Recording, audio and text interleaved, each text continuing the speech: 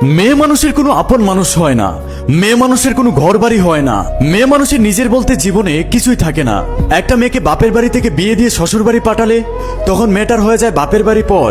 একটা মেয়ে যখন শ্বশুর বাড়ি থেকে বাপের বাড়িতে বেড়াতে যায় তখন মেয়েটা হয়ে যায় বাপের বাড়ির অতিথি।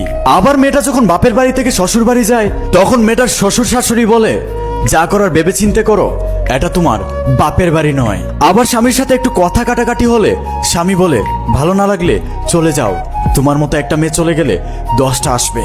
একটা মেয়ের নিজের আপন মানুষ বলতে কেউই থাকে না, একটা মেয়ের নিজের বলতে কিচ্ছুই থাকে না। সেটা একটা মেয়ের বিয়ের পর সে বুঝতে পারে।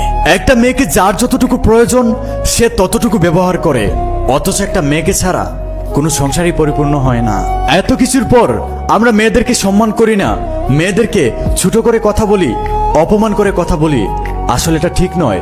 তাই পুরুষদেরকে বলছি, মেয়েদেরকে অসম্মান করে কথা বলো না, অবহেলা করে কথা বলো না, তাদেরকে সম্মান করো। কারণ একটা মেয়ে তার জীবনটা কাটিয়ে দেয় পুরুষদের জন্য এবং তার পরিবারের জন্য, তার আপন মানুষদের জন্য।